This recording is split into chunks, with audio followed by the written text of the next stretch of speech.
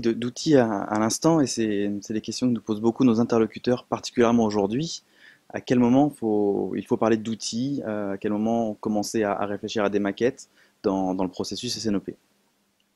Alors, dans la mise en œuvre du processus, il y a différentes étapes, on en a parlé. Le premier point, c'est de faire le diagnostic initial de la situation actuelle et surtout de la trajectoire que l'on souhaite adopter.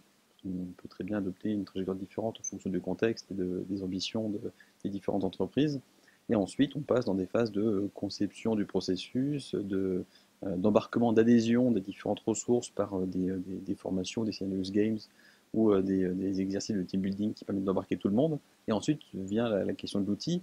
Historiquement, on avait l'habitude avec des outils anciens de proposer des maquettes Excel et de les faire vivre un certain nombre d'années avant de se plonger dans des outils du marché. Aujourd'hui, on se rend compte que les outils sont à même justement de raccourcir ce délai, d'être beaucoup plus efficace rapidement avec des exercices de type POC, Proof of Concept, qui permettent justement de tester, de simuler ce que ça donne et de faire des itérations pour s'assurer que ça correspond aux besoins et qu'on va, de manière beaucoup plus rapide, obtenir les résultats qu'on espère grâce à ce type de processus.